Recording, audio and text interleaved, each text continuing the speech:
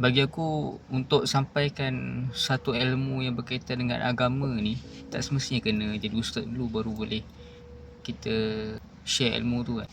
Contoh, orang tanya kita berkaitan solat ke, berkaitan zakat ke, kalau kita ada ilmu tu, ataupun kalau kita tahu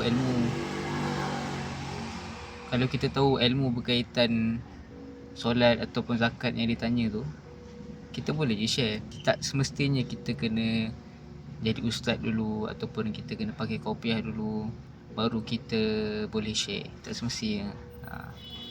So kalau kita tahu berkaitan Al-Quran, kita share lah ilmu berkaitan Al-Quran. Yang penting syarat dia kena tahu, dan bukan syarat dia kita kena jadi ustaz dulu. Yang penting kita tahu ilmu tu sahih, ilmu tu benar, baru kita boleh share.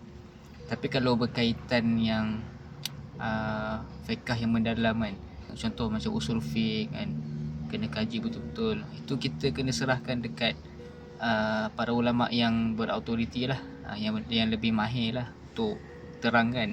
Tapi kalau macam basic-basic, macam berkaitan solat ke, puasa ke, kalau kita boleh jawab, kita tahu ilmu tu, kita share je lah, kan, tak ada masalah pun.